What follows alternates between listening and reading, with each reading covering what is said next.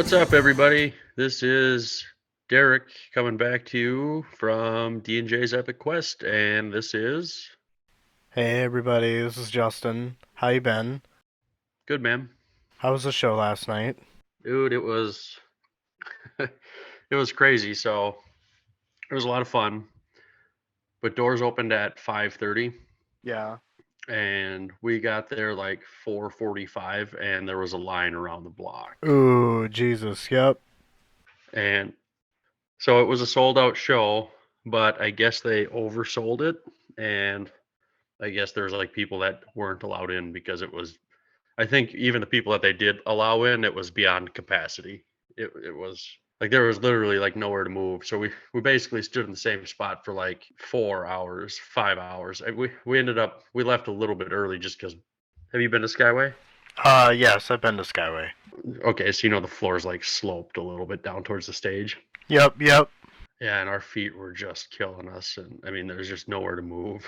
So Well, I'm glad that you had a good time. yeah, it was a lot of fun. I had Bad Omens put on a hell of a show.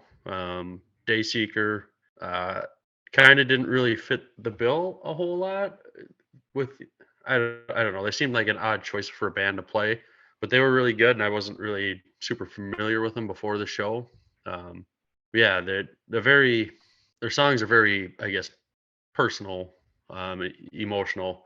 I think the singer said a couple times that his dad had died. I think it was this last July after a pretty long bout with cancer, and so a lot of their stuff off their new album seems like it's dedicated to him. And then I think he must have lost a child too, Oh, just from listening to some of the songs. So pretty emotional and personal that way. But they sounded really good, and put on a good show. And then Make Them Suffer is probably my favorite band of the night. I wish they would have played longer, but they were the heaviest band of the night for sure, and ripped the place apart. good, good. That's good. It's been a long time since I've been to a show. I gotta get back to it. Yeah, sometime we'll have to go to one. Yes, absolutely. I feel like the only show we saw together was Seether back in the day, right? Where at? At the Myth. I could have swore that we went. Oh no, we went to like an all day like festival type thing. I don't remember this. Yeah, because Guar was there, and Chimera. Yep, yep, yep. Chimera, Guar. I mean, there was a ton of bands. It was like an Gotcha. all day thing. We were there. Okay, yeah, I don't remember I that. forgot about that.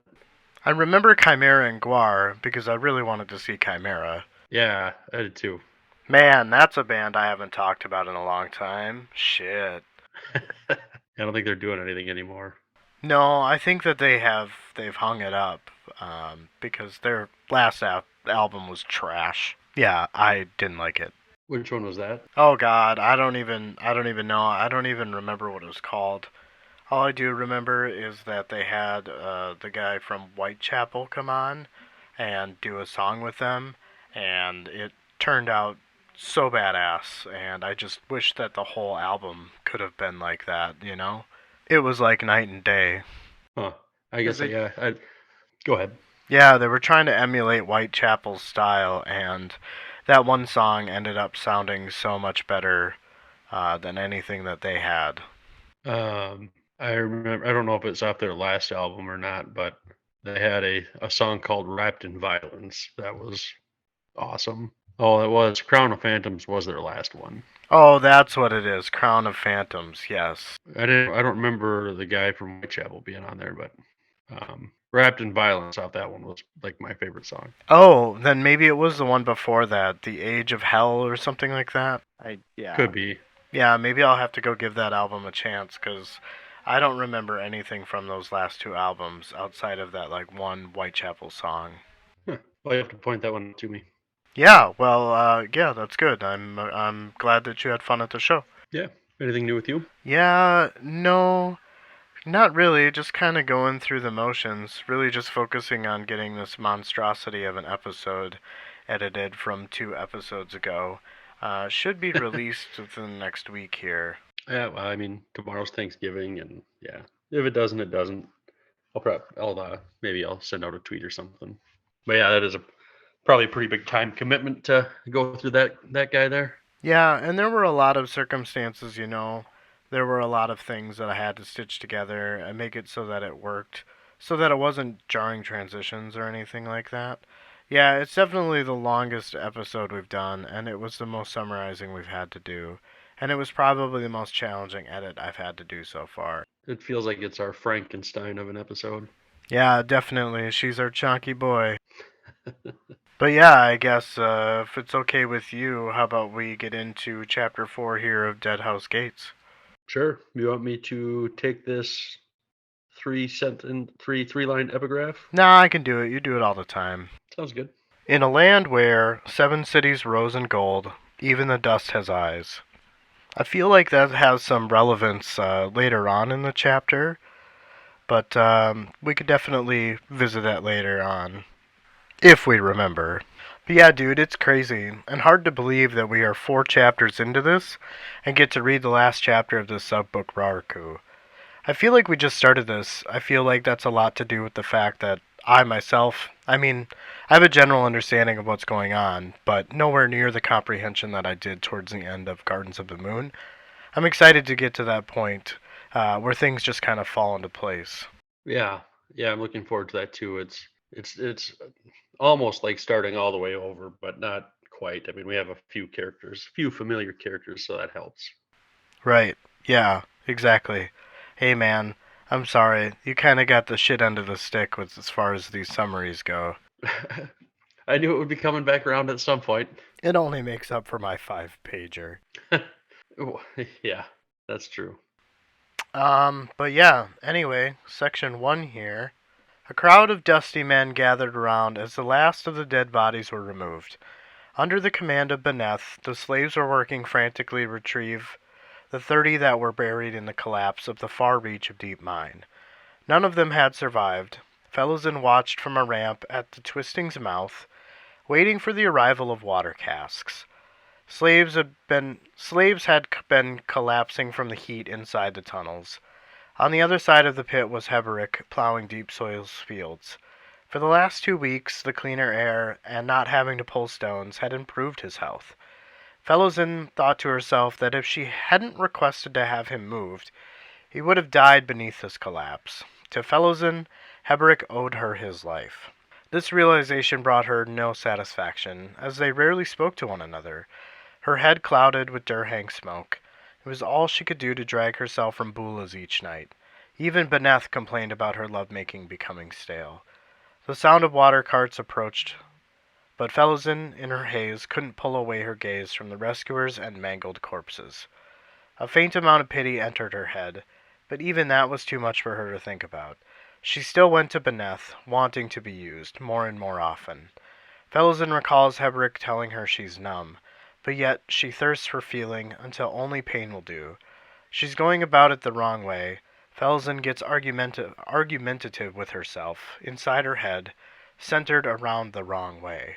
She was ready to move in with Beneth. She had made such an issue of her own independence, but it was proving not so great a task to surrender to it. Lass. Blinking, Fellowson looked up. It was the soldier that had warned Beneth. Long ago. Grinning, the soldier asked her if she found the quote yet. The one from Kelvin's writing? He had asked her to find someone who knew the rest of the quote. Fellowson tells him that she doesn't know what the fuck he's talking about. Pella reached down and grabbed Fellowson's chin. Studying her, he was able to deduce that it was Durhang, and he makes the comment that the last time he saw her was 2 weeks ago, but yet she looks like she's 10 years older now. Fellowson pulls her head away from him, mumbles to Pella to ask Beneth. Pella, confused, responds, "Ask him what?" Fellowson tells him that it's for her, and Beneth will say yes, but you have to ask when he's drunk. He'll be grieving for the dead tonight. Pella straightens and asks her where Heberick is. Fellowson responds by saying that he was at Deep Soil. In her head, though, she wanted to question why he asked for Heberick. But that thought drifted away. She thought that Pella could have her tonight, and she'd grown to like calluses. I don't know. I feel like this kind of furthers our point about Fellowson, and that she's going about it the wrong way. I don't know. What are your thoughts? I want to make something very clear that Beneth having issue with her quote love making is not that's not what it is. It's fucking sexual assault, it's rape, whatever. It's not lovemaking. Right. I don't I don't care that she says she wants it more and more. I mean, it's just I don't think Erickson's writing this for like like the shock factor, the shock value so much is just to more show what kind of hell people go through. Like I don't think he's getting like he got like joy or anything out of writing that. It's hard to read. It must have been hard to write, and it's I don't know. I guess that's going to be the hill that I die on for this book. I think is that despite maybe what her own internal thoughts are on it, is that it's just wrong on a lot of levels. Oh, absolutely right. It's total manipulation and total narcissism from Beneth, right? Not not trying to make an excuse for him because he's a douchebag, but this is the only life he's really known. How easy is it in this situation to snuff your Yeah, humanitarianism when you're a slave yourself? And this is the only thing he knows. It doesn't justify it and it doesn't make it right. I think that from Fellowson's point of view, she could stop going to the person she knows is abusing her. It's like she's denying that he's abusing her. She wants to justify his actions as a way for her to help herself out, which we both know is not the case. But Ness should have the sense to not take advantage of this young girl. Fellowson's circumstances right. just make me want for her to fight it and use her allies to her advantage to help overcome her abuser. She needs to realize that she's being played and she's being used. And based on our previous episode, we spoke about Hebrick and Bowden, telling her that this guy is no good. And I guess I just wish she would have taken that advice. Like you mentioned, it's really tough to read these Right. parts, though. Yeah, I hope she's it's not only it's the sex, it's the drugs and alcohol too. I mean, she's got about every problem you could have, and it's not even really billed as a problem. It's just a coping mechanism, which makes it all the worse. Right. And she's projecting her problems onto Hebrick. When she's thinking about their conversation about going about it the wrong way, she's thinking about how if she wouldn't have had him moved, then he would have been in the wrong place. That conversation triggered her thoughts about Hebrick would have been in the wrong way. It feels very sophomoric for her to make these associations because the situations, in my opinion, are completely different. You know what I mean? Hebrick is not begging and pleading for Fellowson to save him. He's just trying to survive. Fellowson is begging and pleading for Beneth to keep being an asshole. I relate I relate it to domestic abuse survivors. It's so hard for people in that situation to get out of those situations because there's something there that traps them and keeps them from breaking free, you know? I've had relationships where I was mentally abused, and those moments were the most stuck I had ever felt. I have nothing but sympathy for Felsen and what she's going through. I just think she's taking it out on the wrong people. But I understand, you know what I mean? Yeah, yeah, it's just a sad and bad situation all the way around. Absolutely. I guess the hard part about this particular section is that I guess all I kept going back to was Felsen giving me visuals from the movie Requiem for a Dream, giving me those types of vibes. I mean, that movie was so fucked up, but I thought it did a great job conveying what addiction is and kind of, what it looks like. Is that the Jim Carrey movie? No, no, no, no. Requiem for a Dream is have you never seen this? I don't know. I thought No, that that's not was the Jim Carrey movie Eternal where he like breaks Sunshine up for with the his girlfriend Spotless or whatever. Mind. Oh, okay. Then I don't know if I have seen Requiem for a I Dream. mean, you've seen Breaking Bad, right? Yeah. Yeah, okay. So kind of like if you were to imagine the way they conveyed addiction in Breaking Bad, that's kind of the way I imagined it with Fellowson. Just completely cut off from the world, just in this fog or haze, and you can't really think at all. But dude, you should totally really watch Requiem for a Dream. The characters in there kind of revolve around different types of addiction. One of them is like addicted to pain medications, I think. The other one is addicted to meth, and the last, she is addicted or gets satisfaction from one would get around selling her body. Yeah, it's not ringing any bells Yeah, from your description. yeah. So you should really watch it. It's really fucked up. Yeah, you're pretty much forced to empathize with these characters, and I guess that's just kind of what I'm taking away from Felsen's situation is just that empathy there. Gotcha. Um, the other thing is Pella. Do you remember Pella? Uh, from a couple Yes, chapters yes, ago. the guard at the gate. Yeah. Yeah, he. I'm guessing that Pella is Culp's guy that was sent to rescue Heberick. I mean, very information to go off from here, but I think this is where that is going. I think that's why Pella was asking Fellows where Interesting. Heberick Okay. is. But you know, Fellows in her hazy state of mind really can't create any associations because she's not in her right mind and addicted to this Durhang. She's become a drug addict in her attempt to numb the pain, her way to escape her reality. Yeah. I guess I didn't pick up on that. It's an interesting thought What, with her drug addiction? with Pella. No, no, with Pella being culps. Yeah, it was in the previous chapter where Culp tells Duiker that he was able to send somebody in to retrieve Heberick. I thought the last we heard was that uh, he was going to think on it. Whoever was going to think on it. I believe it was in the last chapter when Duiker and Culp are sitting on the seawall and the Red Blade's Dory comes in. It was during that part. It was a really short sentence. Okay, I must have missed that, or didn't interpret it the way you did. But I like your thinking.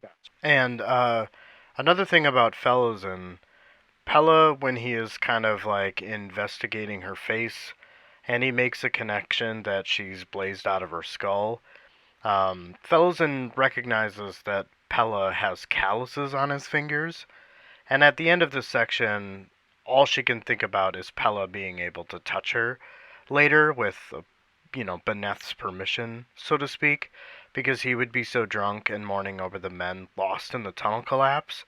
She has this thought that she's grown to like calluses, and I definitely think that this was meant to be sexual in nature. Yeah, it's just seems like an awful lot for a kid. Right, right. But do you get the sense of like learned manipulation from her actions here? I mean, it kind of seems like she's bartering her body on behalf of Beneth because she knows him so well at this point. Oh, you can have me. You just have to ask for me when he's really drunk. I just can't help but feel sorry for her here, as she's totally a victim of circumstance. And I just wish that like Heberick and Bowden would just intervene and like take Beneth out or something. Yeah, I don't think she knows what the ends of her means are. Exactly. And this is what I feel encompasses this last chapter around this very sensitive subject, so to speak, as well as tying this back to the end of the prologue when, this was the beginning of her lessons learned. I feel like this is something she's going to come out of or become stronger because of it. I think that this is just part of what Erikson is trying to convey is that there was a better way of doing this from the start, and she couldn't get out of her own head about trying to save everyone and make their lives better, and thoughts of revenge against her sister and biding her time, patience is a virtue kind of a thing. All of those wonderful things that we're told as we're trying to rush into something. Right. One thing I kind of picked up on here from just the difference from last chapter. She definitely seems like she's slipping further and further down the slippery slope. Last chapter she had the mindset, I just got to survive, the next hour and the next hour, and now it just seems like she's given up on that. Like she doesn't even really care. Right. She's just like apathetic to it. She's just in this dull haze. Everything is just like whatever to her. She can barely pay attention to the thoughts that are seeping in to pay attention to, which are kind of more evident in this next section. But yeah, I guess that's kind of what I was trying to convey in the previous episode was that I felt like she was on the verge of addiction, and that's why I kept saying she's going about it the wrong way. and there was maybe a better way to go about it. Right. Beneth is still an asshole. I don't like him at all, and we'll get more into that in the next section as well. But I hate him. He's probably the character that I've hated the most so far in these books. Um. Yeah, I'd agree. But I guess with that, I feel like that was a pretty good precursor for this next section. I don't know if you have any other thoughts of this first section. It was just really mind numbing, and it was kind of almost hard to read, just because, like, you don't want Felsen to go down this path. You know, it's like watching a friend or a family member get addicted to drugs. You just care about them so much. You just want to see them on the straight and narrow. But at the same time, like some type of collapse, there's definitely a tragedy afoot in the mines, so things are not in a good state as morale around the place, with the feel of everything. It just gets accentuated in this very first opening section of this chapter. Yeah, she hasn't. I don't. I mean, as far as most of us would say, she's probably hit rock bottom, but in her eyes, I don't think she has yet. And kind of my go-to saying is, it's going to get worse before it gets better. And if your section was tough to read, my first section here is worse. And even still, we can talk about it. She still doesn't see herself at rock bottom. I don't think, anyways. But Yeah, I totally agree with you, dude. If you want to go ahead and I guess take us through this next tough section, I'm ready if you are. all right. So I guess this maybe we'll have to have a trigger warning here again. Pretty difficult section to read. Bennett took Fellison as he met with Captain Sour to try and strike a deal. Fellison didn't realize the plan until it was too late. She was the incentive. They came to Rat Hole Round. Bennett reminded her to walk in a straight line and telling her not to drag her feet. He said this is what she liked, wasn't it? She wanted more, didn't she? She noticed a change in his voice, disdain and disgust. No more promises. Not that she minded. She never really believed him anyways. They came to Sourk's keep. At the entrance, the guard said, "Hard luck." Bennett asked what he meant. The guard was referring to the cave collapse. Bennett said they could have saved some if Sourk had sent some goddamn help. The guard said, what would be the point? And if you're going to bitch to Sourk about it, he's not in the mood to hear it. He's in his office, but if you have a gift, he may be in a better mood. Bennett dragged Fellison through the doorway. They took the stairs to Sourk. He was at his desk with the book open in front of him. Fellison didn't remember ever seeing him before. He tended to hide in his office. He was a skinny but muscled man. He looked at Bennett, choosing not to see Fellison. Bennett said there was a lot of ugly rumors. Does he want to hear them? Sourk asks what it will cost him. Bennett says nothing and continues on. The Dosai are talking loudly about the whirlwind. Sourk says this is garbage, and no wonder he offered it up for free. Bennett says that is what he thought initially as well. Sourk asks what else he has to say. Bennett noticed he had a list of the dead from the collapse that morning. Bennett wants to know if he found the name he was looking for. Sourk says he wasn't looking for any name in particular, and he was getting impatient, so to get on with it. He thinks there's something there, but there isn't. Bennett says there were 4 mages among the victims. Sourk cuts him off and asks why he's there. Bennett tells Sourk that he had brought a gift. She is young and docile and doesn't have a bone of resistance in her. She'll do whatever you want. Only in exchange, he wants the answer to one question. He wants to know why Bowden was arrested this morning. Fellison tried to pay more attention. Her head was still in a fog, but she focused on Bowden's name, thinking this must be important. Sourk said he was arrested for being out after curfew, but he had escaped. Another guard had recognized him and took him into custody again. He looked at Fellison, and to Bennett, he said he must be getting old if he thinks 18 or 19 is young. She could feel his eyes crawling over her, and she didn't like it. Bennett says she's 15. He looked at her. She wondered why all the blood appeared to leave his face. Bennett says he'd send another young girl. She would be there within the hour, and he would guarantee his satisfaction. Sourk quickly remarks that Bowden works for Bennett, does he not? Bennett says he is merely an acquaintance. He doesn't trust him, but he is strong, and it hurts to miss a strong body from his crew. Sourk tells him to deal with it. Fellison recognizes that neither of them trust the other, and something is happening that she needs to pay attention to. Bennett says he will manage, and they took their leave from the office. Once outside, Bennett questioned Fellison, who she really was. Who was Bowden to her? Was she his long-lost daughter? She says he is nothing to her, and he hits her in the face. Hard. She saw stars, blood streaming from her as she lay on the ground of the alley. Trying to pick herself up, she watched the blood pool on the ground around her. He pulled her up, asking for her full name. She says Fellison. Only Fellison. He raised his hand to strike again. She screams out no. It's only Fellison. She was a foundling. Bennett says she was a what? She explains she was found outside the Fenner Monastery on Malaz Island, but the Empress made accusations. Followers of Fenner like her and Heberick.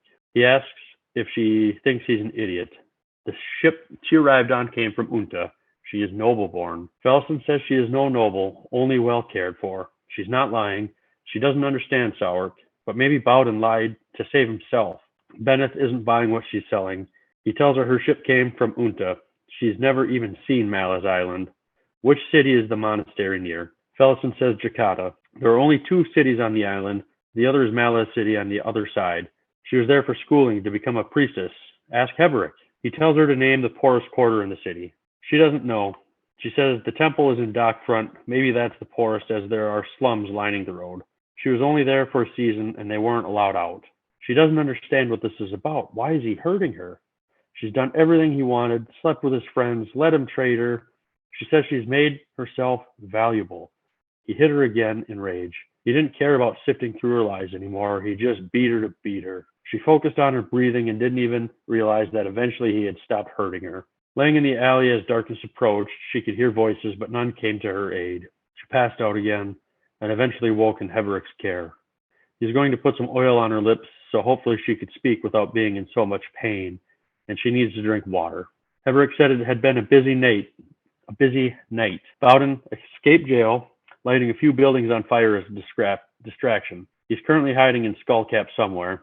No one tried Sinker Lake or the cliff walls. Sourk has a reward out for him. Sourk wants him alive. He killed 3 of his men, but Heberick thinks there is more to the story. After that, Bennett had reported her missing from the Twistings work line, so Heberick talked to him later in the day. According to Bennett, the last time he saw her was at Bula's. He had let her go because she had basically become an oxygen thief in his eyes, and that she's all used up. But he couldn't help but notice the marks on his hands. He knew they were from teeth, so once his work was done, he snuck away to search, expecting the worst. Fellison finally spoke through the pain, saying Bennett's name. Heberick asked what of him. She says to tell him that she is sorry. Heberick leaned back, taken aback. Fellison continued. She says she wants him to take her back. She wants him back. Heberick gets up and walks away, telling her to get some rest. She asks for water. He says he will bring her some, but then she sleeps. Fellison says she can't sleep, not without a pipe. He tells her that her lungs are bruised. She has cracked ribs. Can she just manage with some tea instead? Fellison says to make it strong. He tells her that she was clever with her story, and that luckily he's quick on his feet, and that there's a pretty good chance Bennett bought her story. Fellison asks why he tells her this. Heberick supposes he told her to put her at ease. He might really take her back. Fellison replies that she doesn't understand him. Heberick only replies that no, she doesn't understand him at all. So what did you make of all that? Well, I kind of feel like, as far as Fellsen goes, it's very unfortunate for her. But at the end there, she still doesn't seem to recognize the path as to which she's supposed to go. You know what I mean? The one we are all rooting for her to go. But I'm curious as to Bowden here. Is this kind of going back to, I think it was chapter 2 where they talk about, no, it was chapter 3 where they were talking and Felsen was overhearing them. I'm wondering if this has something to do with whatever it was they were talking about. Yeah, I was thinking, I guess, I don't remember how the timeline worked, but do you think that's why he got back late? Because he, was arrested and then he escaped from jail, or does that not quite work out? I mean, because that was kind of what was in my mind. Yeah, I mean, that very well. Ooh, I didn't even think of that. I mean, yeah, I would imagine that's probably what had happened. Or do you think that Bowden and the Dosai talking about the whirlwind are related?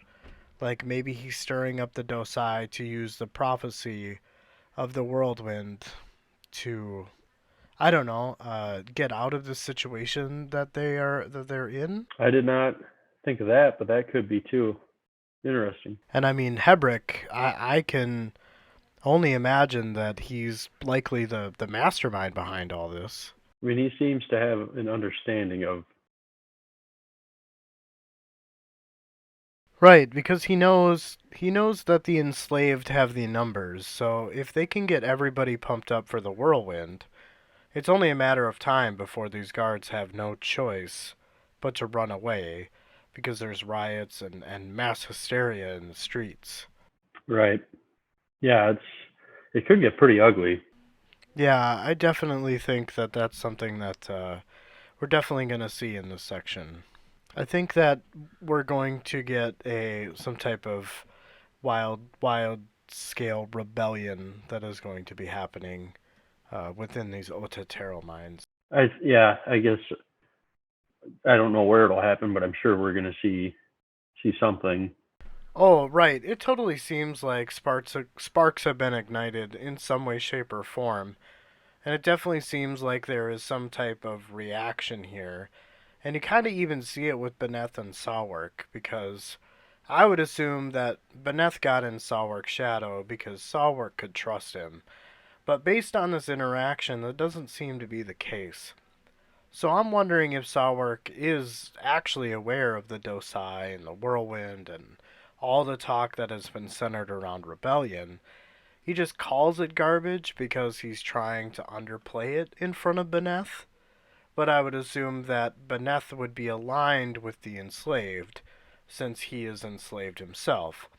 So why would he reveal anything more about his side? Yeah, I mean, you don't want to give away too much. Right. Also, Sawwork kind of seems like a douchebag too. He seems like a slimy fuck, like Ben F. Right. But is he? I think that Sawwork is seeing that Felsen has aged a bit because of the drugs and the alcohol and the addiction, right? I think that that's where he gets kind of really surprised around that point when Beneth corrects him and says like, "No, no, she's only 15." But even that though, Fellison before said she was 16. So I, I mean, not in that a year's going to make any difference in this situation. But I mean, what is it? Is she 15 or is she 16 or is she neither? Right. I guess who knows? Who really knows? I feel like there hasn't been anything consistent around her age, really. But I think what Erikson is trying to accentuate is that she looks so much older because of the addiction to Durhang, which I'm getting real meth-like vibes from, or even heroin. Something, yeah. I don't know if you can smoke heroin or not. I've never done it, so I don't know. Uh, yeah, I don't. Drugs aren't my Yeah, specialty. no, no, me either. I have enough fucked up imagery in my head that I don't need the help of drugs. But yeah, I guess I feel like it was pretty straightforward section. Lots of heartache that happened, and I think that we should maybe talk about Heberick here at the end. I think that the point that he's trying to make here at the end by saying that she doesn't understand him at all is the fact that he does care. Like, he seems to be the only genuine person there who cares for Fellowson's well being, but without expecting anything in return, if that makes any dang sense. It makes sense to me because Felsen is just seeing Heberick as some type of adversary, some made up adversary, because she feels like he's judging her, and I'm sure that's probably how she perceives it and how it came off, but I don't genuinely believe that this was his intention. No, I don't. I don't think so either. But, just the dynamics of the character interactions are just so much more well crafted. Yeah, I guess I've been in relationships where the partner was very manipulative and very narcissistic and addicted to many different things, and that was not a fun place to be. I did not enjoy that relationship very much. Yeah, I'm sorry you went through that, buddy. It is what it is. It got you to where you are now, and you're in a good spot now. Yes, I'm in a very good spot.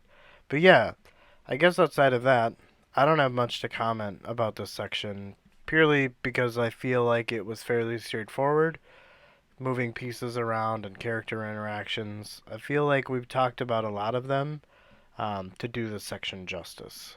Yeah, I guess the only other thing I would add is when Venice notices the list of the dead and asks if he finds the name he was looking for. I feel like that was maybe a hint towards Heberick, don't you think? Yes and no. I mean, I thought that too, but then I immediately doubted myself because Beneth was the one that he initiated Hebrick be moved to deep soil, so he should know that his name isn't on the list. Right, but maybe Sourk doesn't know that. I mean, maybe. You bring up a good point, though. But I guess you have a good point too, because then he's talking about the mages. Right. Yeah, I guess I don't know. I guess my last thing to add before we move on was just the beating Fellison took was just so savage and just I don't know. It sucked to read because I don't know, you just feel so bad for her. Right. I don't know what else to say. Right. You do feel absolutely terrible for her. And, the hard part is you're reading about a character, and maybe you can relate because, drug addiction is a very real thing. It's like hoarders, right? It's trying to convince people that have hoarded things for 20 years of their lives. I mean, it's kind of a mental illness at that point, and it's hard to watch someone struggle with a mental illness, and you know that there is possibility to overcome that. Watching Fellowson go down this deep, dark spiral because of the circumstances are just like trying to convince someone with a mental illness that there are ways to improve this, there are ways to go about it. There's going to be a lot of things that one will need to sacrifice, and the going is tough, but there is light at the end of the tunnel, and just to have that resistance. Yeah, she needs to get to that point on her own terms instead of being told. Right, exactly. And that's I think I think we're going to get to a point where she's going to get to rock bottom and she's going to I don't know if there'll be too much damage done for her to turn things Well, around. I think is Um, right. You bring up a good point because I think she's going to make the realization that the Durhang, the mindless sex, is not. I think that something bad happens to Bowden or Hebrick, and I think that we are seeing little pieces of that happening in the section where she was like, "Wait a minute, they said Bowden. I need to pay attention." But she's really fighting hard to pay or give it that attention.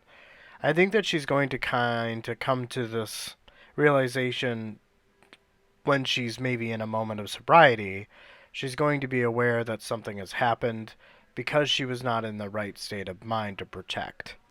I think that this is what eventually will break the camel's back, right. so to speak. Yeah, I follow you. But yeah, it was definitely a hard section to read. I can imagine it was a hard section to summarize. It's definitely a hard section to talk about. Yeah, yeah, that's yeah. I guess one of the things I wasn't really expecting anything like that to be in this series. No. But if you're ready to carry on, then take it away. Like a huge wall, the sandstorm traveled down the west slope of the Astara Hills, and was approaching the road with a deadly moan. While inland storms were rare, he's dealt with them many times before. His first task was to leave the road. He led his horse down the side of the road. The horse battled him the whole way. They reached the bottom, and Kalam got his horse into a canter. A league and a half away was Ladro Landing, and beyond that was Ladro Keep. Kalam did not plan on staying there, as the commander there was Malazan. He planned to outrun the storm and regain the coastal road beyond the keep, then continue south to the village of Instaarm. The storm had different ideas, as it sprung into full gear, despite Kalam's horse making good time through the sand. Kalam realized that he wasn't going to outrun the storm. The wall would crash over them in minutes. Slight ahead and on course to intercept them, Kalam saw within the ochre cloud a gray stain. Kalam pulls back on the reins, bringing his horse to a halt. The gray stain was chigger fleas. The ferocious beasts waited for storms like this, riding them in the riding the wind in search of prey. As the swarm swept past them, the storm struck. The stallions staggered as the wall of sand rolled over them. The world vanished inside a shrieking, whirling haze. The assassin ducked his hooded head and leaned into the wind. Through the slit in his talaba cloak, he moved forward, using his left gloved hand to cover the eyes of the horse, to protect them from flying stones. They continued on for another 10 minutes. The stallion then snorted and started rearing as a crunching noise was heard below. Bones on all sides. The storm had blown out a graveyard. Ladro Landing was nearby. However, he was having difficulty seeing. He nudged the horse forward, eventually running to the coastal road, along with guardhouses flanking what appeared to be a bridge. Beyond the bridge, he would find Ladro Keep. Yeah. I really like this very short section. I thought it was cool. We're getting a little bit of Kalam's beginning of this adventure, so to speak. He wants to avoid this town, but because of the storm, ends up having to essentially go to the town for shelter anyway. I guess the only other thing that I can think of that was cool was the whole blown out graveyard thing. Apparently, this is something that isn't rare. It's a common enough occurrence, and thinking about this a little deeper, this may lead me down a rabbit hole here, but is this implying that there are lots of dead bodies buried in the sand? Enough for it to be such a common occurrence? Because sandstorms are unlikely to visit the same place twice. I just thought that that was cool. A cool way of explaining the scale. And it also ties into Raraku's history and, the Seven Cities area. I thought that was just cool to think about. Yeah, it was interesting. Maybe they can't bury him down very deep, and maybe that's part of why. But otherwise, if they're going 6 feet down and they're still getting blown out, it must be a pretty nasty storm. Right, and enough of them. Like, sandstorms don't hit the same place twice. I mean, that is something that is very rare.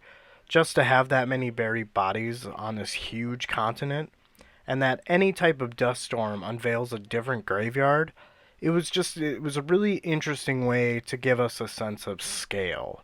It's like when you're looking up at the stars and you realize you're just a small little insignificant speck on this small little planet inside this huge giant universe. Yeah, we're pretty insignificant. Yeah, right, right. But yeah, felt like it was a transitional section. There wasn't really a lot here to discuss. I really, really liked and enjoyed the visuals that I got inside of my head while I was reading this. I don't know. Did you have anything else? I don't think so. Cool, cool. Well, I'm good if you want to keep moving on. Sure. All right.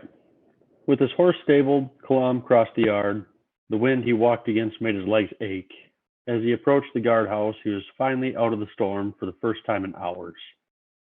He knocked on the door. A guard opened it and told him to come inside and join the others. As he entered, he felt everyone turn to look at him. 4 of the guards were Malazans, and they didn't look to be in a good mood. Kalam approached the table and bowed. He took a seat at the table, and a servant poured him some wine. A merchant across from him asked if he was down from the north. Kalam didn't answer. He found the wine too sweet for his taste and asked if there was any beer available. The merchant said that there was beer, and it was even cold, but it wasn't free like the wine, as a courtesy from the host. He says he will take a beer and is told it will cost a silver. Kalam says he is being robbed at that price, but his thirst is king, so he will pay it. The merchant asks if the village fell into the sea. If he was on his way down from Erliton, does the bridge still stand? The merchant's wife answers and says not to expect to learn anything from him. All they'll find out from him is that a stranger came in from the storm. One of the guardsmen picked up his head and found that suspicious, asking if he had something to hide. Was he deserting the Erliton guard? Spreading the word of Dryjana? Maybe he was doing both. Kalam knew if he denied the accusations, he wouldn't be believed. They had decided already that he needed to spend a night in a dungeon, something to break up the monotony at least. Kalam had no interest in killing. He put his hands on the table and rose, asking the guardsman for a word in private. He was apprehensive, asking if he wanted that so Kalam could slit his throat. Kalam asked if he really thought that was possible. He wore armor and a sword, and three friends who would try to overhear their conversation. The sergeant said he could handle himself. Once in private, Kalam showed and asked the sergeant if he recognized his pendant. He did. The sign of a clawmaster. Kalam said it was an end to questions and accusations, and not to reveal this information to his men, at least not until after he left. He said the sergeant is right to be uneasy. Hood is about to fuck shit up here, and the sergeant may have messed up with this interaction, but not to relax his caution. Kalam asks the commander of the keep if the commander of the keep understands what is going on outside these walls. The sergeant says that he does. Kalam tells him to make sure he and his men are among the lucky ones, and they return to the table. Once back at the table, the merchant's wife had taken out a deck of dragons, saying the men had requested a reading. She asks Kalam if he would like to know what his future holds. Does he want to know what gods smile upon him and which frown? Kalam says he has no time for games and to leave him out. Talking back, the woman says his words will not scare her like they scared the sergeant. Does he see how she trembles? Ooh. Kalam is so annoyed and looks the other way, offering no other reply. The front door opened, and the woman said they had more mysterious travelers. Even as the door was shut, they could hear the thunder outside. As the door closed, it was immediately pushed back open, and two more armored strangers entered, one woman and a man. Kalam could tell that the woman had once, and maybe still did, hold rank, but what she wore now gave nothing away, and the man with her wore nothing like a uniform. They had run into the chigger fleas in the storm. Kalam could see the man jerk as one bit him somewhere. He was beginning to remove his armor to find it. The woman told him no. He stopped.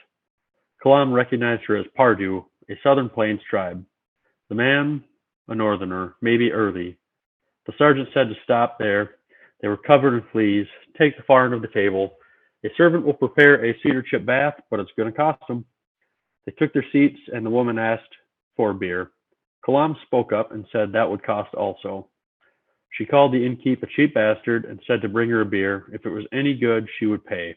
Another guard asked if she thought this was a tavern. They were here by the grace of the keep commander. They'd pay for the beer, the bath, and to sleep on the floor. She replied by saying, that's what they call grace. The sergeant went a little sour and said that the four walls, the roof above their heads, the hearth, and the use of the stables is all free, yet you complain like a little bitch. Accept what is given or be gone. She reconsiders and agrees to buy all the beer, and the sergeant said that was gracious. The merchant's wife said now she would read the deck. Kalam noticed the Pardu woman's reaction to the cards, and he spoke up and said to spare them. There is no gain in seeing what's to come. That's assuming she actually has any talent at all, so just spare them the embarrassment. The woman ignored him and said that all the fates rested on this one card, the one she flipped over. Kalam laughed. A guard asked what the card was. Kalam said it was the obelisk, and that the woman was a fake. Anyone with talent in this would know the obelisk is inactive in the 7 cities. The woman snapped at Kalam, asking if he was an expert in divination. Kalam only said he visits a reputable seer before he travels overland, as it would be foolish not to do so. He knows the deck and knows when it reads true. He said he has no doubt she planned to charge the men for a reading after she told them how rich they were all about to become, how old they would all grow, and the children they would have. The woman was pissed, threw the deck at Kalam, hitting him in the chest. The cards fell to the table and settled into a pattern. The only sound Kalam heard was the Pardu woman hissing. Kalam looked down at the cards. 6 cards surrounding a single card. He knew which was his. The rope, assassin of shadow. The cards that surrounded it were all of one house. King, Herald, Mason, Spinner, Knight, and Queen of the High House of Death. Hood's own house, all surrounding the one who carried the holy book of Drijana. Kalam looked up at the Pardu woman and said it appears he sleeps alone tonight. So that's interesting. Oh, which part? Well, specifically the deck of dragons thing. The obelisk? You know, Or the other cards? The just the arrangements that the cards fell into after she throws them at him. Like there's no way that's just dumb luck. No. No, we know the deck of dragons is what it's supposed to be, and I think that this non-reputable reader of the deck of dragons, or seer.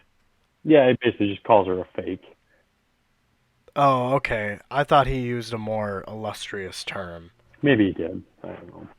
I think that, which is a super small thing here to pick out, is that the deck of dragons won't work when they are being manipulated or being used for greed, right?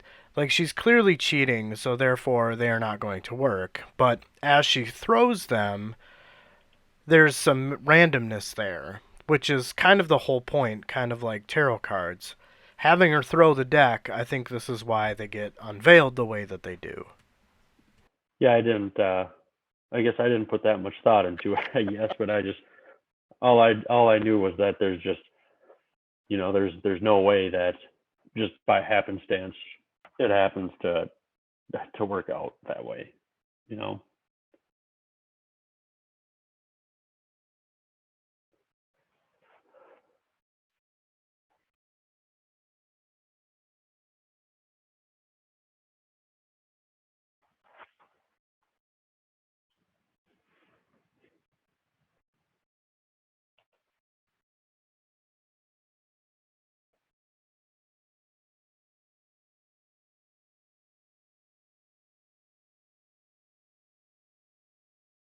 Unless is Cotillion somehow is it kind of like a sorry situation to some extent? I don't know because I've been wondering about that too. Do you think that maybe this is what Quick Ben's plan was? Because, I mean, Cotillion and Shadow Throne want nothing more than to piss off the Empress, right? So, what better way to do that than to start an uprising?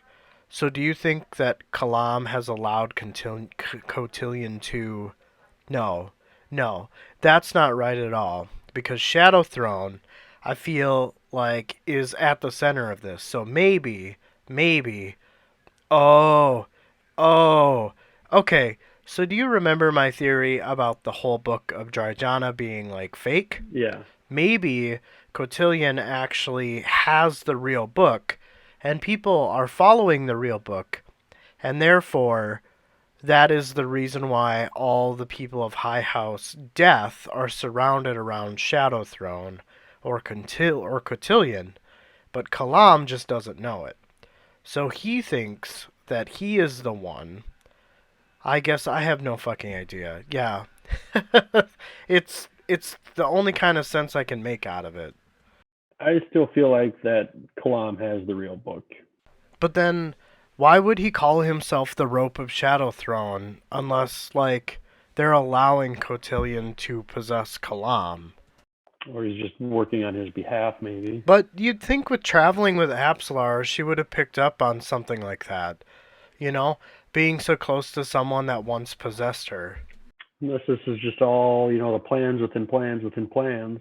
Yeah, it's getting pretty deep, isn't it? I mean, I feel like there's so much information that's just so juicy and good and tasty that you just want to savor it, but that savoring leads to nothing. Yeah, I don't know. I don't know what it is in me, but yeah, it's just I feel like he's got the real book. I don't know, and maybe I'll be wrong, and I'll have to eat some humble pie later. But I just Right. feel like it's the real one. Well, there's got to be a very distinctive purpose as to Kalam and the rope, right? Like, one of them is not correct. Either the deck of dragons is lying, or what Kalam thinks is not right, if that makes any type of sense.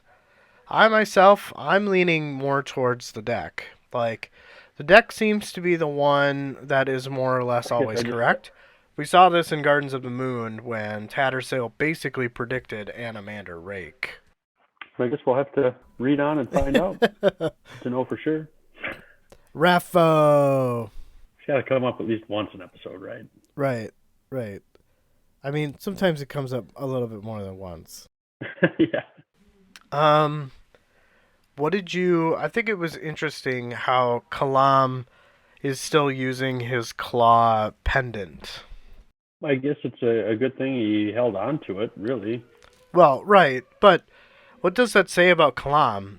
If he isn't a part of the Empress's reign anymore, wouldn't the word get out there that he wasn't a claw anymore? You know? I guess there really wouldn't be a way to convey that everywhere, but you'd think that there would be communication. But then again, Lucine doesn't really seem like she has her head on straight, so I guess maybe not. Yeah, I don't. Maybe they don't really know. I mean, he's got the pendant, but I guess that doesn't necessarily mean somebody's going to know him by name. Right. If Lucine was smart, she would have gave her current claws a different design of pendant, like changing a key after you move into a new place. Interesting. Yeah. Yeah. Man. She didn't do that because wasn't that smart, I guess. Right. What did you think about these two characters that entered shortly after Kalam? I know that the answer is revealed in the next section, but do you remember what your initial thoughts were the first time you read this section? Well, we basically had like 4 people enter, right? Like you had 2 people, and then you had the 2 armored people, right? I thought it was just the girl and the dude. I don't know. I thought there was a total of 4. Like 2 random people came in, and then we had the people in the armor. Like immediately after them, when the guard was shutting the door, and they're like, "Nope, hold that door." I mean, you very well could be right. I guess just that scene happened so fast, so yeah. But that's how I took it, anyways. But I don't know. I think we should save that for your section. Okay. Not that it's like a huge thing, but it probably just makes more sense to talk about it there. Yeah, I mean, we're leading up to that section anyway, but I thought that these two people were the ones following Kalam, which would be the Red Blades. Oh yeah, I mean, I guess I felt that way too. Yeah, okay. Okay, cool. I feel like there's a lot that takes place, but it's really just transitional. Like, Kalam enters this very busy bar in the middle of the desert storm, etc., etc. Taking shelter, wants a beer. I thought it was super clever the way that he was able to kind of pull this, this claw pendant out of the back of his back pocket to keep himself under the radar. And this is the reason why, you don't want to fight me. I'll fucking wreck your day. Right. Yeah. So, yeah, I just thought that was cool and that was really smart of him. Something about this merchant's wife, though, that ends up pulling out the deck of dragons. I didn't like her. I got bad vibes from her the whole time. Yeah, she seems kind of like a loose cannon a little bit. So now that I'm looking at one of the last sentences in your last section here, it says Hood's own house all surrounding the one who carried the Book of Dryjana. It doesn't say Kalam, it says the one. So I'm just using this as a very loose way of saying that I don't think Kalam has the right book. I don't know, man. I think I still stand on the other side of the road from you on that. All right, that's totally fair. We don't disagree much, but this episode and a little bit on the last one. So that's all right. That's totally fair. And it's possible that we're both right or we're both wrong. I mean, that's definitely happened before. Yeah, it'll be interesting to see how it plays out. Absolutely. But yeah, I guess I don't have anything else to add to that section. Do you? I do not. All right, next section. The Red Blade captain, Lestara Yell, and her companion were the last to leave Ladro Keep. An hour had passed since their target had left on Stallion, riding to the south in the wake of the sandstorm. The forced proximity was unavoidable, but like Kalam was a master of disguise, so was she. The Deck of Dragons' unexpected blunder had revealed much, not only with Kalam and his mission. The Keep's sergeant had shown himself, by his expressions, to be a co-conspirator, another Malazan soldier preparing to betray the Empress. Kalam coming here was not an accident. Checking their horses, Lestara turned as she heard her companion emerge from the Keep. She asked if he was thorough. He explains that the commander led him on a chase, and was found trying to put on some armor that was too small. Swinging herself into her saddle, she asks if he left none breathing. "You're certain you've checked them all?"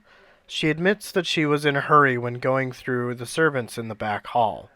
The companion assures her that she left no heart beating. She tells him very good, and mounts his horse as Kalam's horse is giving theirs a run for the money. They would need to grab new ones and insta-arm. The companion is speculative about whether Baralta arranged some for them or not. Lestara tells him to trust Baralta and be glad that she doesn't report his skepticism. The two went down the road until they reached the coastal road running south. So, I'm assuming that she's speaking to High House Shadow here, as they seem to be near or at the center of this convergence, and the cards did converge around a single card. I don't know. That was just another thing that I picked up on. So I think there's more than one interpretation with the deck of dragons here. I feel like you're going pretty deep. This is what I do. Nothing wrong with that. I think Shadow Throne does also, and I think we get some more insight to that a little bit later on in this chapter. Right. But how this deals with Kalam, I don't know. Yeah, I don't know either, I guess. I don't know. I'm not sure how to piece that together. Right. That's what I'm curious about. But I thought this was kind of a really sad section, and while it didn't go into too many details as it could have, I think it's funny how Lestara and these Red Blades assume that the Malazan sergeant was a co-conspirator with Kalam, because Kalam essentially said he was the Claw commander. Lestara has no idea what's taken place because she arrived shortly after that interaction. It just shows how unrelenting the Red Blades are. Like, no explanations, no fucks given, don't want to hear your lame excuses. You should have known who that was, so now you're gonna die. Yeah, they're kind of assholes. They kind of remind me of White Cloaks a bit. I don't know why. They don't really seem that similar. They kind of remind me of that White Cloak mindset, though. You know what I'm trying to say? Yeah, excuse me. I think the Red Blades are probably quite a bit more ruthless.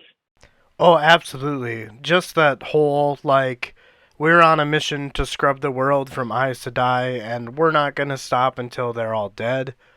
Just that loyalty without asking questions why, and doesn't know any type of bounds. I guess I'm struggling for the words to articulate it, but I mean just that blind faith. Yeah, that's a good way to put it, I think. But yeah, I guess I don't really have much more to talk about with this particular piece. I felt like it was purely just progressive, moving our characters along. I feel like that's the issue with these shorter sections, is there's not a ton to digest.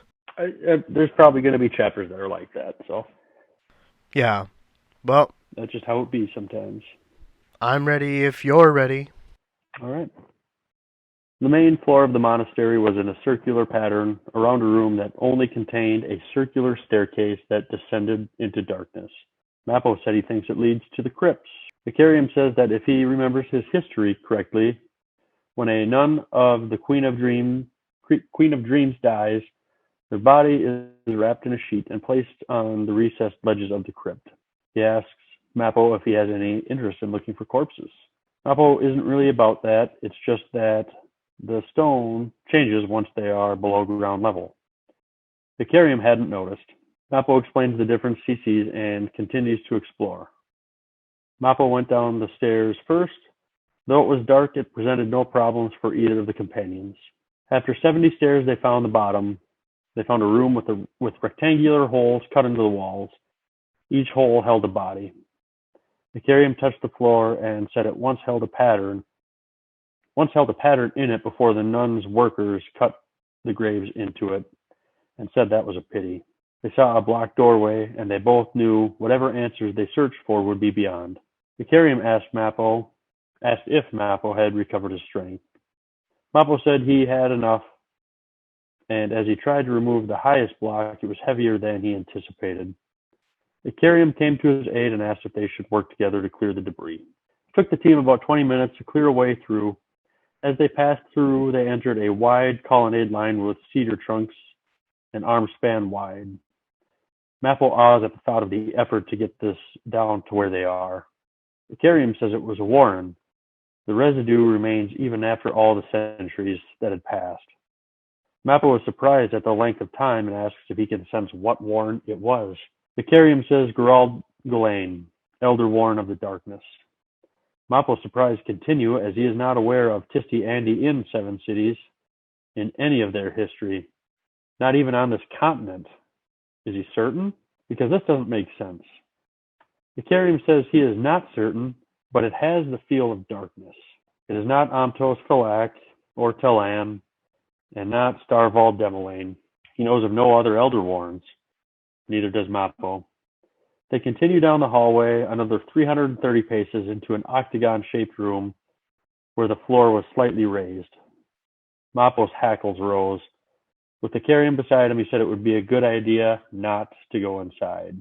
Mappo agreed. The air smelled of magic, old and clammy, but it came like waves of heat. Icarium said if this was Gerald Gulain, its flavor was unknown to him. It had been corrupted. Mappo asks if by defilement. Icarium says it is possible and asks if he recognizes it because it is different than what is coming up from the claw marks on the stones. Mappo inspects and comes to the conclusion of Soul Taken and Divers, the Path of Hands. They had found the gate. Icarium thinks it's more than a gate and tells Mappo to take a look at the undamaged carvings. Mappo thinks it looks familiar, but also unfamiliar at the same time. He cannot place it even though he feels like he should know it. Icarium says they won't find the answer here. They need to go where they first intended. They are close to comprehension, he is sure of that. Mappo asks if he thinks Iscaral is preparing for more soul-taken and diver guests since the gate is close to being opened. Is Iscaral, and by extension, the Shadow Realm, the heart of the convergence? Icarium doesn't know and says they should go ask him.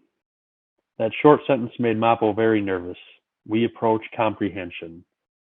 He stood at the side of the powers that he could barely comprehend, powers past and present.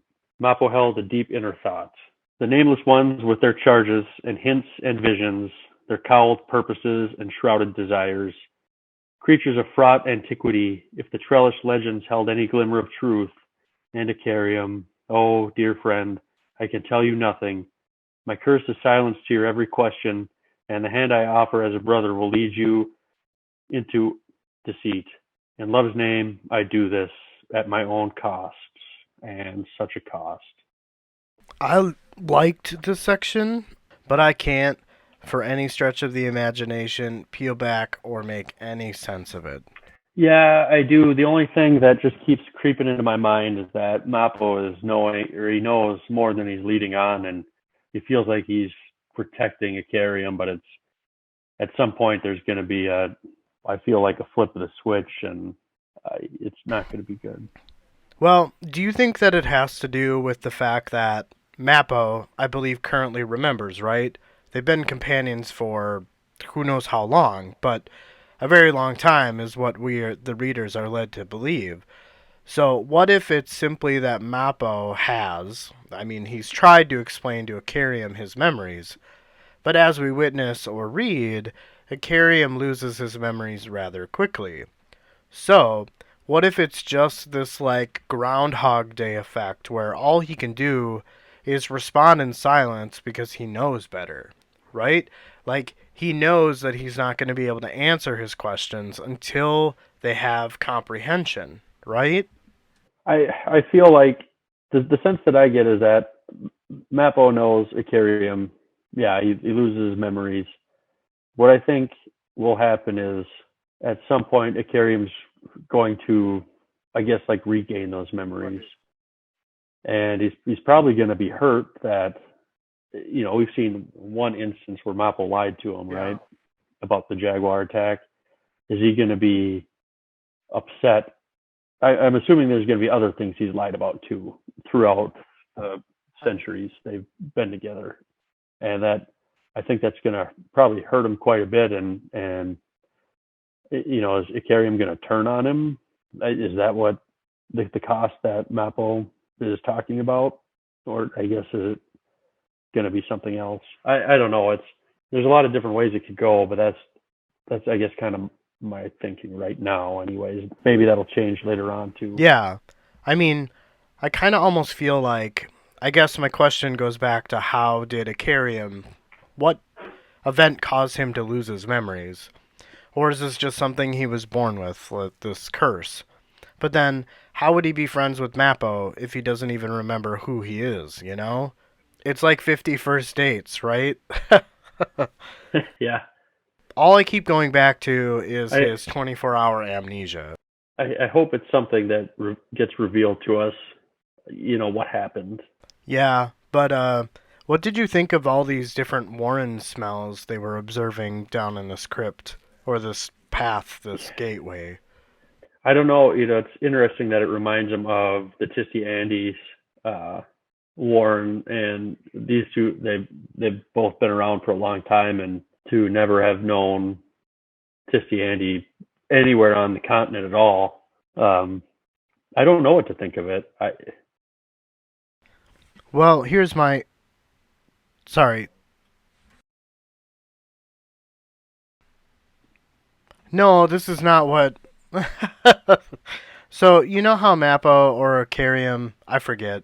I'm pretty sure it was Icarium who was like, it smells corrupted. Right? You remember that part? Yeah. Here's my theory, right? So I think at one point it definitely was Tisty Andy, the Warren of Dark, but what is also very comparable to the Warren of Dark? What does Dark provide us? I don't know where you're going with this. Shadows. Shadows? When light and dark are in the same area, we get shadows. Shadow Throne, right? So, maybe this has something to do with the Tistiandi, allowing Okay. light to be born. Maybe this is the consequence of that, is now there is a new player, because as you recall, Shadow Throne doesn't seem to be as old as some of the other Warrens.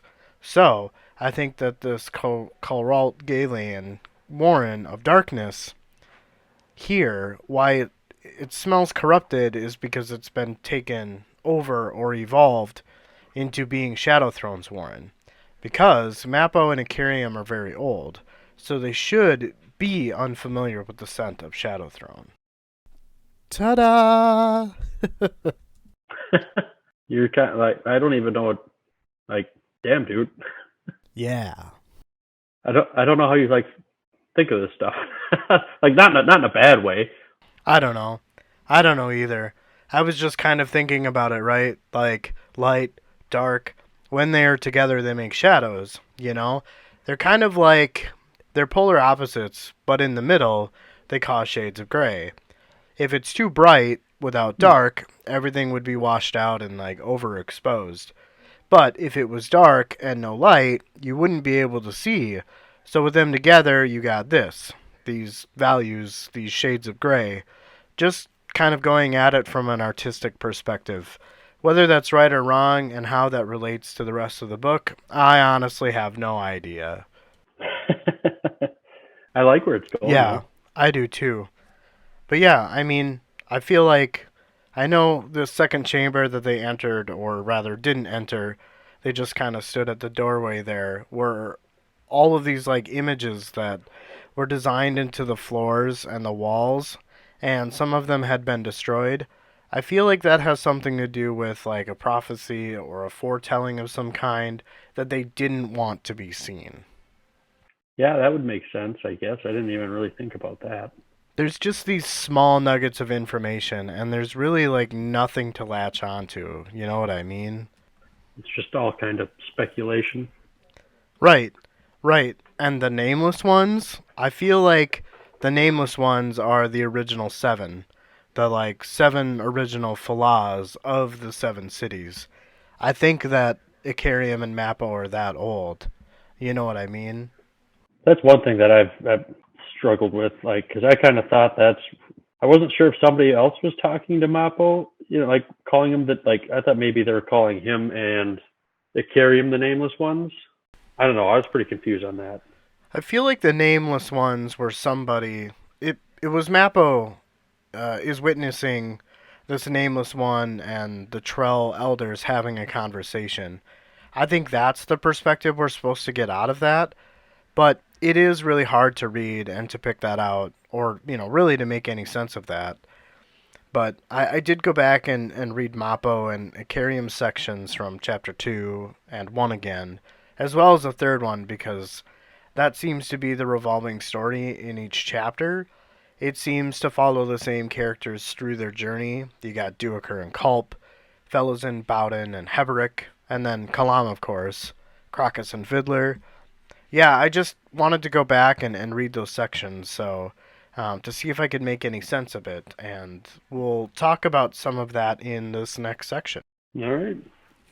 I mean, did you have anything else you wanted to talk about? I feel like we should touch on the fact that the gateway has been in this monastery that used to belong to the Queen of Light. This path of hands, or this convergence, seems to be located right where Mappo and Ikariam are. But we don't really know exactly where. Isn't that what they insinuate, or what they found? I think I think that's what they found, but I guess I don't think, do we really know exactly where Mappo and Ikariam are at? Like, if we looked at the map, I don't think we could point out that spot on the map. I don't think. Maybe there's something that led you to that, but I guess I didn't really, I got the sense that it's kind of still a mystery where they're physically located at currently. I mean, there is a tower on the map right next to the word Pan, Pots, and Oden. That's where I'm guessing they are. I'm going to look at my map now. It looks like it's right in the middle of nowhere. I mean, it probably is. Yeah, I don't know. It didn't really help me any. Right. Yeah, I don't know. I guess what I'm trying to say is that this tower that Mr. Poost is in seems to be where the gateway is. Where specifically in this desert it is, I'm not sure. Yeah, that's kind of what I was getting at. Okay, are you ready, kids? I didn't watch SpongeBob. Mrs. Puff! Alright, anyway. The Boak Rala followed, from a safe distance, the two up the stairs. They found the priest in his makeshift room. He was tossing dead bats and mangled raisin bodies, along with dead fruits and vegetables in some type of container. Scowling, Iskarel rants about the Boak Rala and their defilement of any chamber he chose for his bedroom. Mappo tells the priest that they have found the gate. Iskarel, continuing doing what he was doing, tells them that they are fools and nothing is what it seems. A life given for a life taken. He asks the pair if they have searched every nook and cranny. He calls them idiots and rants about their confidence is a banner of ignorance, and it will not make him cower. He tells them that they do not know his plans or schemes, and his genius cannot be thwarted by the likes of the pair. Calling them out, he asks them why they haven't ascended yet, like the rest of them, for Mappo and Ikariam are ancient wanderers. Iskarel answers on their behalf, yet continuing his rant. He goes on to explain that longevity doesn't bestow wisdom. After this, he quickly changes gears and states that he hopes they have been killing every spider they see. Iskarel begins the next part of his rant by explaining that he once had a staring contest with the Boak Rala. The contest lasted 4 hours. Mappo asks who won this contest. Staring straight at Mappo, Iskarel says to look upon him who does not waver from his cause, no matter how irrelevant, and you shall find in him the meaning of dull-witted.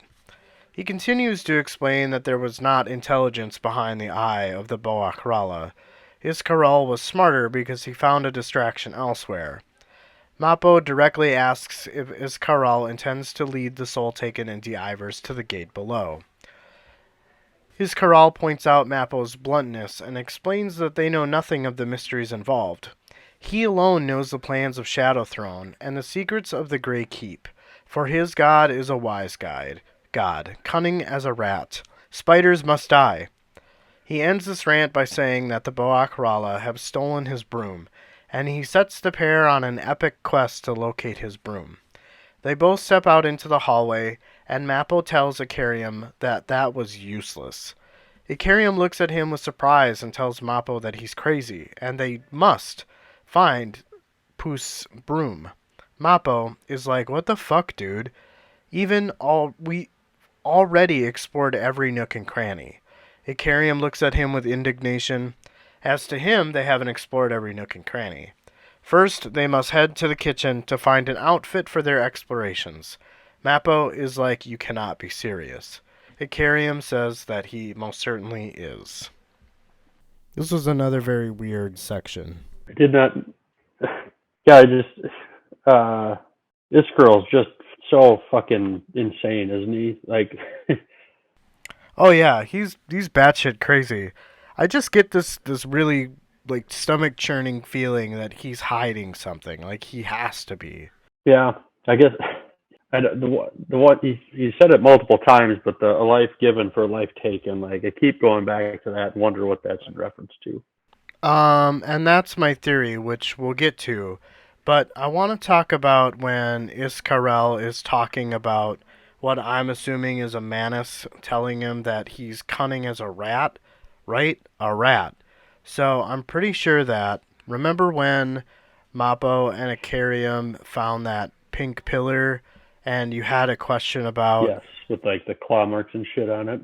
You had a question about the trail and why it was capitalized. I guess I don't remember that part, but you're probably right. I probably did. So they were following the rat's footprints to the west. So there were a bunch of rat footprints around the pink pillar, but there was a trail leading west, so they followed it. They're essentially following de-ivers, smaller ones that, of course, can't kill them. So to me, it made the picture to where they are and how they got there make a lot more sense, because up to that point, to me, it was a bit random. Like, they're here and now they're there, but really they were just following smaller de-ivers. Yeah, I guess that makes sense. But then the spiders thing, like, we've heard this for the last couple of chapters, and any spiders they come across they must kill, right? I feel like this relates to the rat thing, because spiders in this world have white peralt, right? A poison, and rats can prey on insects and such, and Iskarel doesn't want the spiders spoiling his plans. I think that the rat de-ivers are companions to Shadow Throne in some way, shape, or form. This is why I think he's so insistent on killing the spiders. He doesn't want the rat de-ivers in their form to die because they're eating something they shouldn't. I don't know. Did that make any damn sense? Okay. Yeah. Last but not least, and here is my theory. Okay, so Poost keeps talking about a life taken for a life given.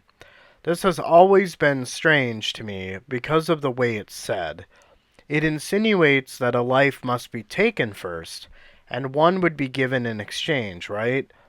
Icarium kind of seems like he's taking on Poost's craziness, right? Like he's all for helping Poost find his broom. Well, what do we know of Icarium? Well, I mean, not really a ton. He's lost his memory, and he's built ancient mechanisms, and has been wandering for centuries, but hasn't ascended yet. So what if Poost plans to take Icarium's soul, or life, or essentially switch places with him? I'm not sure what that means for their minds, but I imagine that Icarium's memories would stay with his body, which then Poost inherits, and Icarium's current frame of mind switches to that of Poost, or someone else potentially.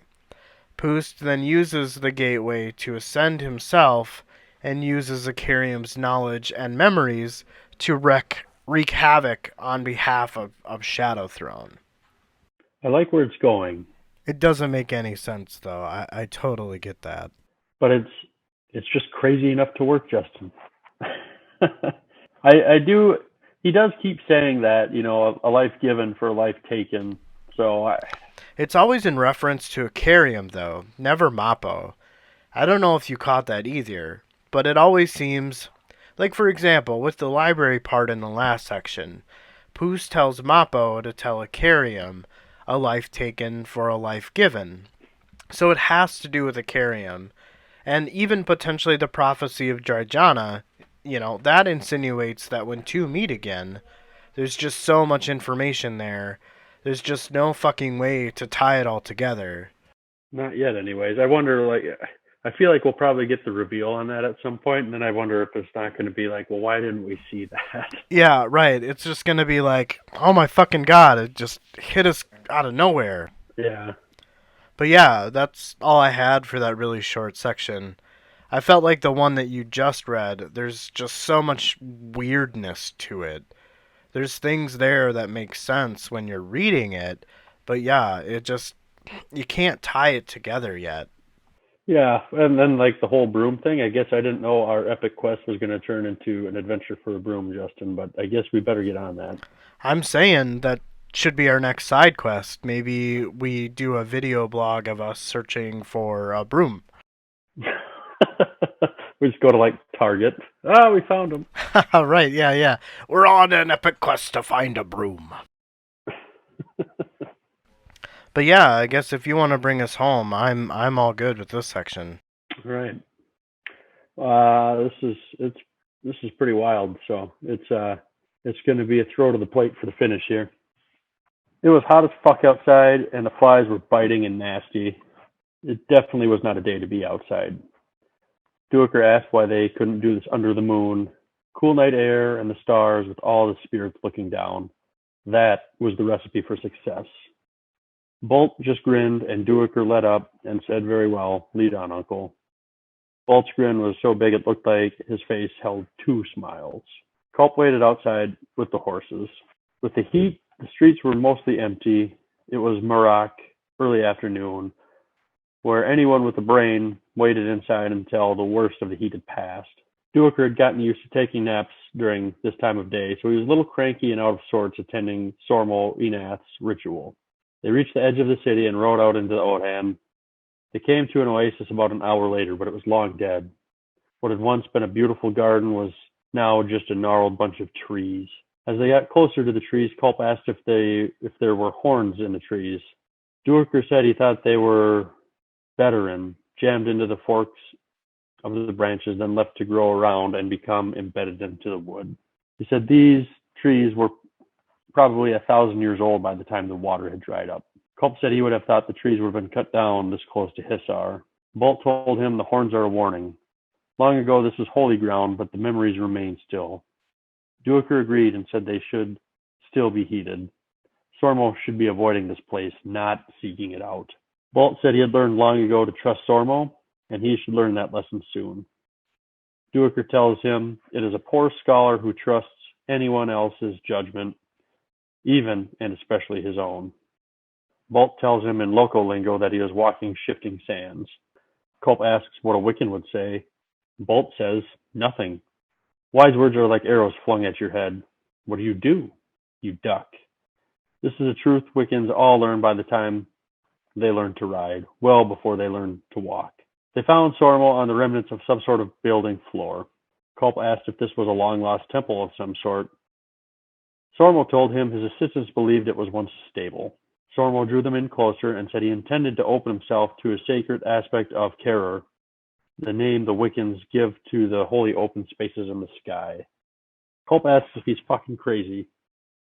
Those spirits are out of the 7 cities. Sormo cuts him off and says they are not of the 7 cities. They are from before, but they are the land's own, and if they must be compared to a known entity, then it would be Telan. Duiker seemed surprised and said if it is Telan, then they would be dealing with Telan Imus. He told Sormo the Imus had turned their back on the Empress and everything to do with the Empire since the Emperor had been assassinated. Sormo's eyes went wide, and he asked if they had not taken the time to think why. Duiker said no more. He had theories as to why, but to vocalize them would be treason. Culp asked Sormo if Lysine had tasked him with this, if he's here to get a sense of future events, or if it's all just a feint. Bolt said they had no need of a seer to guess that. Sormo told them to stay close. Looking at Duiker, he said to remember all that he witnesses today. Duiker says he already is. Sormo's power spread out like a ripple on a pond, covering everyone in the group. Daylight was replaced with dusk, and the dry air suddenly became damp and smelled of a marshland. Duiker could still feel Sormo's power. He had never felt power like this. He thought about what the Empire had lost in killing the Warlocks. Though he felt like she had corrected the mistake, he felt it may still be too late. He wondered how many warlocks were killed in truth. Suddenly, Sormo cried out, and the cold winds arose. Sormo's eyes went wide as he tasted what had visited his mouth. Culp shouted divers.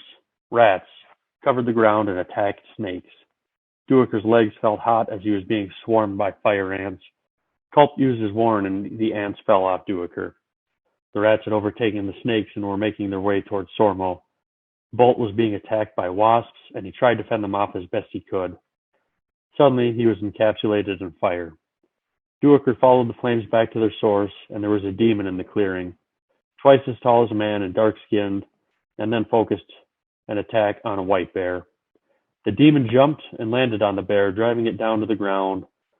The bear only twitched. The demon roared again, and Duiker recognized that it was warning them. The divers and Soul Taken fought over each other to try and attack the demon. Duiker yelled to Culp, saying they needed to leave and to get them out of there. Culp didn't know how, since this was Sormo's ritual. The demon was overrun with Soul Taken and divers, but still stood, fighting them off. Duiker yelled to Culp to think of something. He said to drag Bolt to Sormo, but to leave the mage to him. Duiker managed his way to Bolt, but he had been stung multiple times and was unconscious on the ground, or maybe even dead. But he drug him back to where Culp was with Sormo. Duiker told him to wake him, or they were dead. Suddenly things shifted, and they were back in the oasis. The Soul Taken and divers were gone. He looked to Culp with excitement and said he had done it. Culp said yes, but he would pay for it. He punched him and nearly broke his hand. This was his nightmare, wasn't it? Duiker crouched next to Bolt and said, the poison will kill him before they can get help. Culp said it wasn't poison, but more like an infected worm, and he could deal with it like he could deal with Duiker's legs. Sormo slowly sat up, looking around, and gingerly touched his jaw. Duiker said he had no choice. He asked if he could talk, if he had lost any teeth. Sormo spoke and said somewhere a crow lay with broken wings on the ground. There are 10 left. Duiker asked what happened. Sormo said something unexpected. The convergence is underway. The path of hands, an unhappy coincidence. Duiker said it was Telan. Sormo said it was, asking if there was a blending between shapeshifting and Elder Telan. It is unknown, but perhaps the Soul Taken and divers are passing through the warren, thinking that it is empty of the Telan IMS and safer. But the IMS will take exception, and they will do battle. Duiker says they are welcome to beat the hell out of each other. Duiker's legs gave out, and he sat on the ground like Sormo. Culp said he would be there in a moment. Duiker only nodded and watched a dung beetle push a piece of tree bark. He felt something profound in what he watched, but he was too tired to care or dig for the meaning in it. Man, what a way to end the chapter. Yeah, it was pretty crazy. Did you think that this was reality when you first read it? Yeah, I kind of did. And I don't think I really kind of grasped what was going on until I read the chapter a second time. Right, yeah, me too. But I'm assuming, based on our second read-throughs, some type of, I don't know, foretelling? I feel like the whole icy thing makes me think of the next book, like the next book's title. I don't know if this is something that happens in the future, or if this is just they were observing the divers using the Telan's warren to travel. You know what I mean?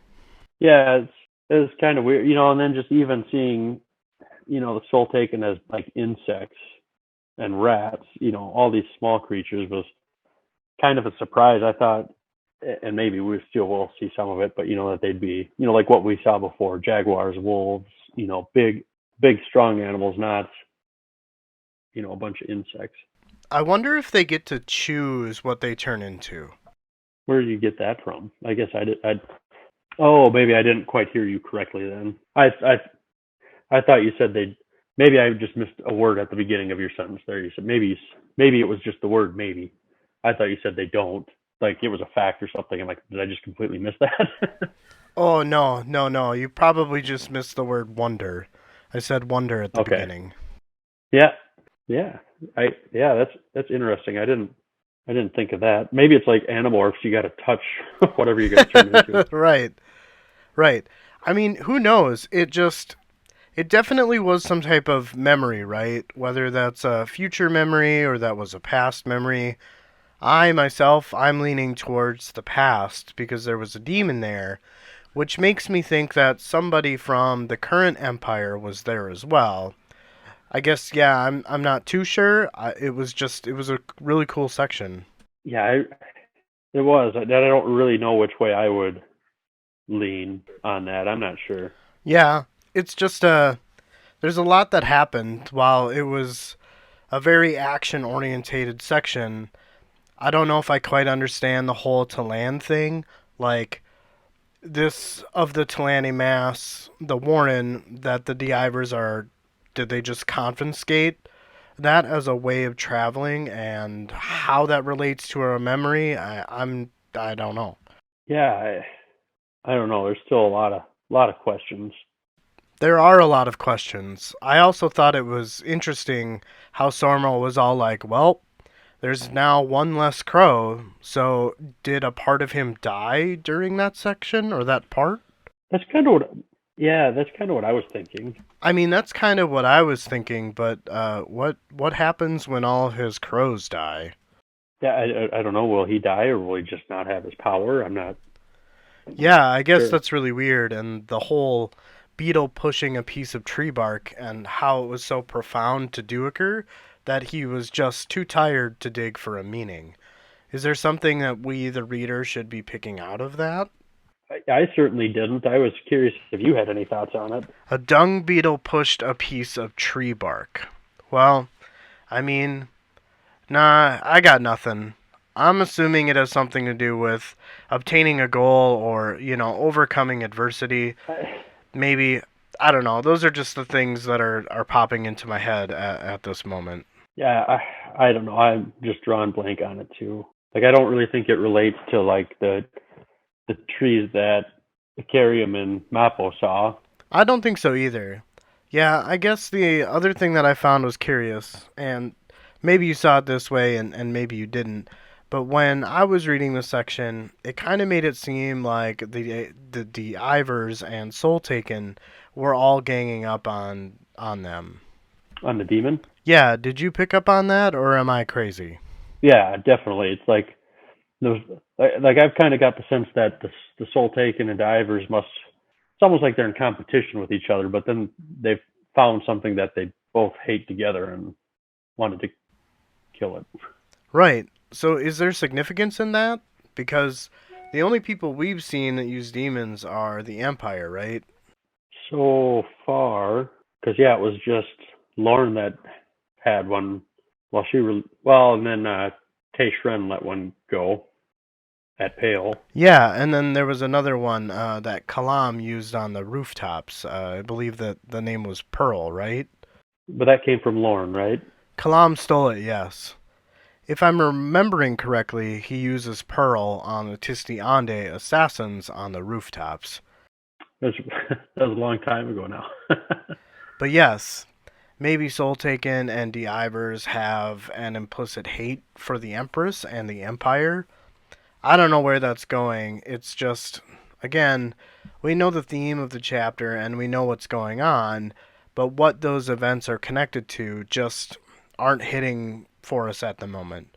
It kind of makes me feel it's a setup chapter and we're just getting the introduction to all these things, and hopefully things will just kind of just start to fall in place. Yeah, I hope so. It'd be nice to start getting some answers to what we've been reading. Right, it's kind of hard to keep track of stuff. Yeah, it is.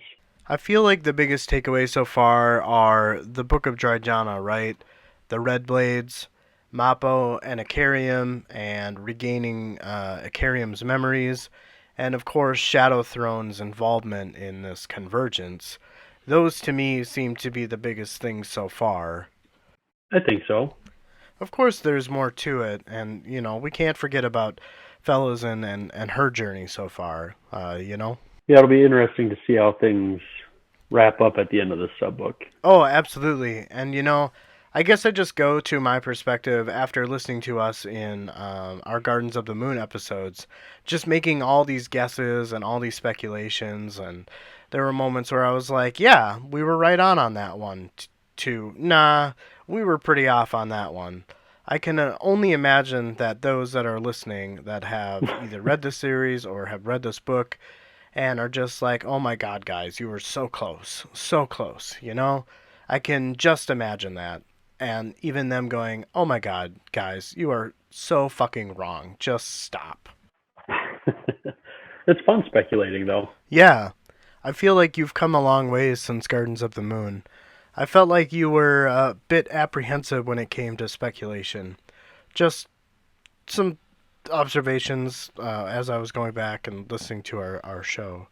I guess I don't specifically remember feeling that way, but that doesn't mean that's maybe not how I sounded. Yeah, I guess I wish I had more to say about this section. Did you have anything you wanted to talk about? I feel like, for the most part, we hit on the major points. It's not like we can elaborate too much because, we just don't know. I don't think I've really got anything to add. I'm looking forward to wrapping up this sub book and getting into the next one and just seeing what's in store. Right, exactly. I will say, the one thing now that I remember, actually, I have two things. The beginning of this section made me think back to my days at summer breaks from school, where it would just get so fucking hot outside that I just didn't want to do anything. That was the sense that I kind of got from Duiker. Yeah. Yeah. I just like when it's like 95 degrees out and 100% humidity and just generally shitty outside. Yep. And especially when you and I would be biking and we would go back to your place and biking up that fucking dreadful hill on our bikes, ready to die, and just drink a bunch of water when we get there. Yeah, those were the good old days. It's been a long time since I biked up that hill. Yeah, me too. It's been a long time since I biked just in general. Yeah, that's also true. I always liked biking. The other thing that I forgot to mention back in the section with the Deck of Dragons, do you remember how she pulls out that obelisk card and Yeah. Clom is like, ha, you're a fraud because that doesn't work out here. Do you want to know why? Enlighten me. So, based on the Deck of Dragons, in the back of the book, it just says obelisk, and then in parentheses says burn. I'm assuming it means some type of fire, which obviously cannot apply to a landscape that is very hot and barren and dry. I'd like to know like all the cards in the deck. They're all in the back. I know, but I feel like I have a hard, like that's kind of hard. Like I just want like I want a character just to like lay them all out and be like, oh, we got this one and just like I don't know. I feel like I would rather have that presented to me than me tracking it down. I guess maybe I'm just being lazy. I mean, that makes sense. Hard to say. I think I'm just being lazy. It's hard to say. But yeah, I guess I don't have anything left to say or talk about this chapter.